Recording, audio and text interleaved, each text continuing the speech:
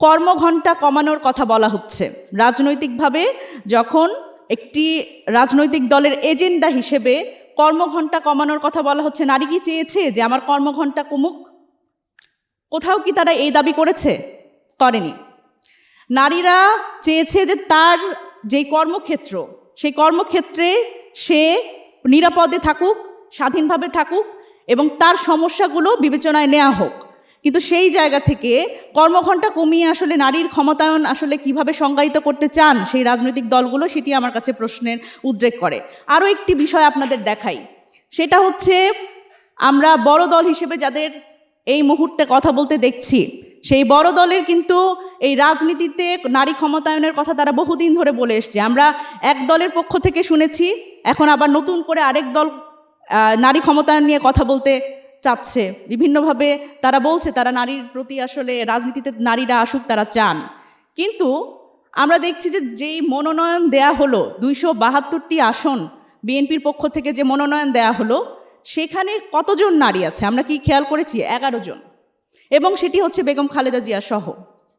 সুতরাং সেই জায়গা থেকে নারীদের আসলে এই রাজনীতি বলেন বা যে কোনো আসলে একটু চ্যালেঞ্জিং পেশায় তাদের আসার ক্ষেত্রে দেখেন নানান ধরনের প্রতিবন্ধকতা আছে। নারীদের পারিবারিকভাবে প্রতিবন্ধকতার সম্মুখীন হতে হয়, সামাজিকভাবে প্রতিবন্ধকতার সম্মুখীন হতে হয়। কিন্তু সেই জায়গা থেকে আমরা যখন আসলে যেই সময়ে দাঁড়িয়ে কথা বলছি, যেই আত্মমর্যাদার একটা লড়াই, গণ অভ্যুত্থান কখন হয়? যখন আসলে মানুষের আত্মমর্যাদার লড়াই চলে আসে, যখন মর্যাদাতে আঘাত লাগে। রাজাকার বলাটা কিন্তু আমি যেভাবে ভাবি সেটা হচ্ছে রাজাকার বলাতে মানে নারীরা কিন্তু আত্মমর্যাদা সম্পন্ন মানুষ, তাদের কিন্তু আত্মমর্যাদা একটু বেশি।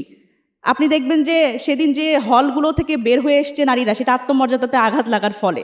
সুতরাং সেই জায়গা থেকে এই নারী একটা ন্যায়সঙ্গত যে রাষ্ট্র আমরা চাই, যে নাগরিক অধিকার আমরা চাই, সেখানে নারীদের পিছিয়ে রাখার কোনো সুযোগ নাই। সুতরাং সেই জায়গা থেকে বর্তমানে আমরা যেই ধরনের কথাবার্তা শুনছি, সাইবার বুলিং থেকে শুরু করে, আমি যদি বলি রাজনৈতিক দলগুলোও কিন্তু আসলে আন্তরিক না এই নারীদের সামনের দিকে এগিয়ে আনার ক্ষেত্রে। আমরা নানান ধরনের প্রোগ্রাম করি, আমরা অভ্যুত্থানের পরে প্রোগ্রাম করেছি নারীরা কোথায় গেল, অভ্যুত্থানের নারীরা কোথায় গেল, আন্দোলনের নারীরা কোথায় গেল, কিন্তু নারীরা কোথায় গেল আমরা খুঁজেছি, কিন্তু আমরা পেছনের কারণগুলো খেয়াল করিনি, কারণ আমরাই সেই স্পেসটা রাখিনি। আমি যখন একটি টকশোতে কথা বলি, যখন মিডিয়ায় কোনো বক্তব্য দিই, আমার মিডিয়ার মানে এই বাইটের নিচের যে কমেন্টগুলো সেগুলো আমি পড়তে যাই না কখনো, কারণ এটি আমাকে ট্রমাটাইজ করে ফেলে। এবং সেই জায়গা থেকে সেই রাজনৈতিক দলগুলো, যেই রাজনৈতিক দলগুলোর নেতারা বা কর্মীরা এই ধরনের বক্তব্য দেয়, এই ধরনের মন্তব্য করে, সেইখানে কি আসলে তাদের দল থেকে কি এই ধরনের কোনো প্রশিক্ষণ আসলে বা কাউন্সিলের কোনো সুযোগ আছে কি না, যে আসলে কিভাবে নারীকে সম্মান করতে হয়? এটি তো আসলে পারিবারিক, সামাজিক এবং সব ধরনের জায়গা থেকেই আসা উচিত। সুতরাং আমি মনে করি যে যেই রাজনৈতিক দলগুলো তারা নিজেরাই আসলে নারীদের গুরুত্ব কম দেন, তাদের নেতাকর্মীরা আসলে অন্য দলের নারীদের গুরুত্ব দেবে বা সম্মান দেবে, এটি আমি মনে করি না। সুতরাং সেই জায়গা থেকে আমি যেটা মনে করি সেটা হচ্ছে যে বর্তমানে নারীদের ব্যাপারে যখন কথা বলবো, নারী অধিকার নিয়ে কথা বলবো, নারীদের যখন সামনে আনার ক্ষেত্রে কথা বলবো, আমি মনে করি দলমত নির্বিশেষে সকল যে কোনো রাজনৈতিক দল হতে পারে, সামাজিক সংগঠন হতে পারে, তাদের এক ধরনের ঐক্যবদ্ধতা দরকার আমাদের নারীদের মধ্যে, এবং যাতে আমরা সমস্যারে কথা বলতে পারি। এবং এই জায়গাতে আমি মনে করি যে নিরাপত্তার এক বিষয়টা অনেক খুব গুরুত্বপূর্ণ, যে নিরাপত্তা প্রদানের ক্ষেত্রে আমরা যাতে সেই জায়গা থেকে আইনি সুরক্ষা এবং আমি যদি বলি যে রাজনৈতিক এবং সামাজিক ক্ষেত্রে নিরাপত্তা, সেটিও আসলে সামনে আনা দরকার এবং আমাদের আলাপে এই কথাগুলো প্রাসঙ্গিক থাকা দরকার। সুতরাং এই জায়গা থেকে যদি বলি যে বেগম রোকেয়া আজকে প্রাসঙ্গিক এবং ভবিষ্যতেও প্রাসঙ্গিক থাকবে, যতদিন আসলে আমাদের এই লড়াইটি চলবে। আমাদের লড়াইটিতে শেষ হয়নি। এবং আমি যদি বলি যে এই সম্মানটা, নারীকে কিভাবে সম্মান দিতে হয়, নারীদের আসলে কিভাবে সামনে এগিয়ে আনতে হয়, সেক্ষেত্রে অবশ্যই আমাদের যারা পুরুষ সহযোদ্ধারা আছে তাদের একটা বড় অবদান আছে।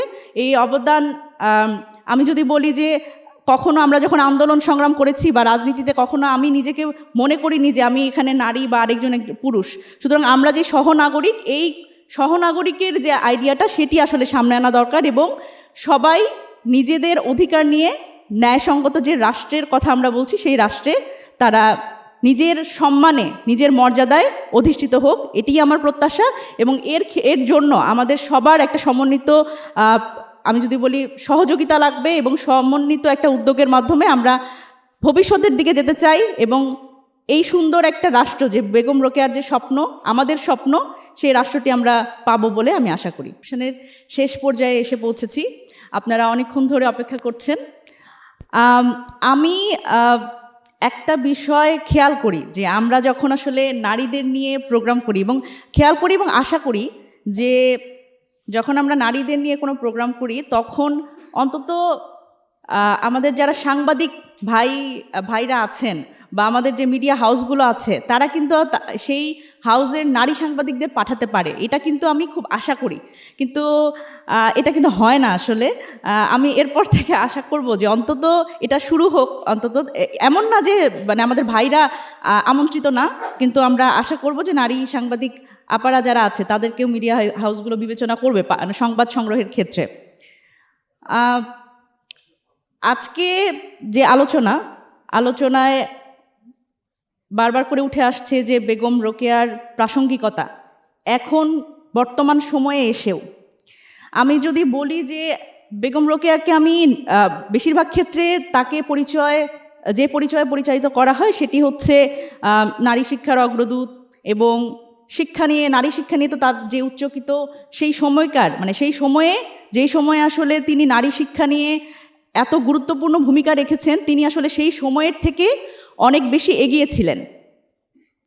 সেই জায়গা থেকে আমি তাকে যেভাবে সংজ্ঞায়িত করি সেটা হচ্ছে এক ধরনের, আমি তাকে রাজনৈতিক বিপ্লবী হিসেবেই সংজ্ঞায়িত করতে চাই। নারী শিক্ষায় সেই সময় আমি যদি বলি যে Rokeya Sakhawat Memorial girls school, এই স্কুল প্রতিষ্ঠার মাধ্যমে তিনি আসলে বোঝাতে চেয়েছেন এবং দেখাতে চেয়েছেন যে এই রাষ্ট্রে সত্যিকার অর্থে যে ডিসিশন মেকিং এর জায়গাগুলো সেগুলো আসলে পুরোপুরিভাবে একেবারে পরিণত হবে না যদি আমরা নারীদের সুশিক্ষায় শিক্ষিত না করতে পারি। সুতরাং সেই জায়গা থেকে আমি যদি বলি সেই সময়ের থেকে আমরা এখন অনেক বেশি এগিয়ে। আমরা এখন বিশ্ববিদ্যালয় বা আমি যদি বলি শিক্ষার ক্ষেত্রে নারীরা 50%-এরও বেশি এগিয়ে। দেখা গেছে যে আমরা আগে এরকম হতো, ঢাকা বিশ্ববিদ্যালয়ে ভর্তি হওয়ার পরে আমি শুনেছি যে নারীদের খুঁজে পাওয়া যেত না, খুব কম সংখ্যক নারীরা আসলে পড়াশোনা করতেন প্রথম দিকে, কিন্তু সেই জায়গা থেকে আমরা আসলে সেই জায়গাটা অতিক্রম করতে পেরেছি। কিন্তু সত্যিকার অর্থে যে যখন আমরা বলি যে এই সাম্যের সমাজ এবং একটা ন্যায়সঙ্গত সমাজের কথা, তখন কি আসলে আমরা নারীদের সেভাবে পাই কিনা, এটি হচ্ছে তর্কের বিষয়।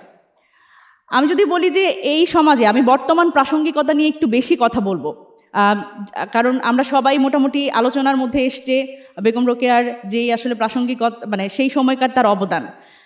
আমি যদি বলি যে অবরোধবাসিনীতে তিনি আসলে যেটি দেখাতে চেয়েছেন যে কিভাবে ধর্ম, রীতি ও সংস্কৃতিকে রাজনৈতিক অস্ত্র হিসেবে ব্যবহার করে নারীদের পিছিয়ে রাখা হয়েছে, আমরা কি সেই জায়গা থেকে বের হতে পেরেছি কিনা, এটি একটা বড় প্রশ্ন।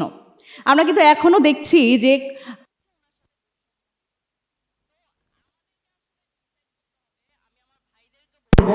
আমাদেরকে ডিসাইড করতে হবে আমরা আসলে কেমন রাজনীতিটা করব। আমরা কি মাসলের রাজনীতিটাই করব, এটা আমাদের এখন ডিসাইড করবার সময় আসছে, সিদ্ধান্ত নিবার। যদি আপনি সেই মাসলের রাজনীতি করেন, যদি আপনি অস্ত্রের রাজনীতি করেন, তাহলে এখানে নারীদের আপনি পাবেন না, এটা খুবই স্বাভাবিক বিষয়। এখন জুলাইয়ের পর জুলাইয়ের আকাঙ্ক্ষা থেকে অনেক নারী রাজনীতি করতে চলে আসছে।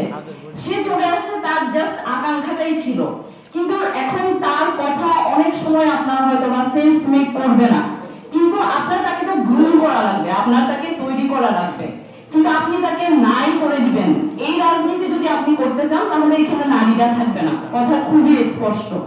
এখন আমাদের তাহলে কেমন রাজনৈতিক সংস্কৃতি আমরা চাই, এটা আমাদের ভাবা লাগবে।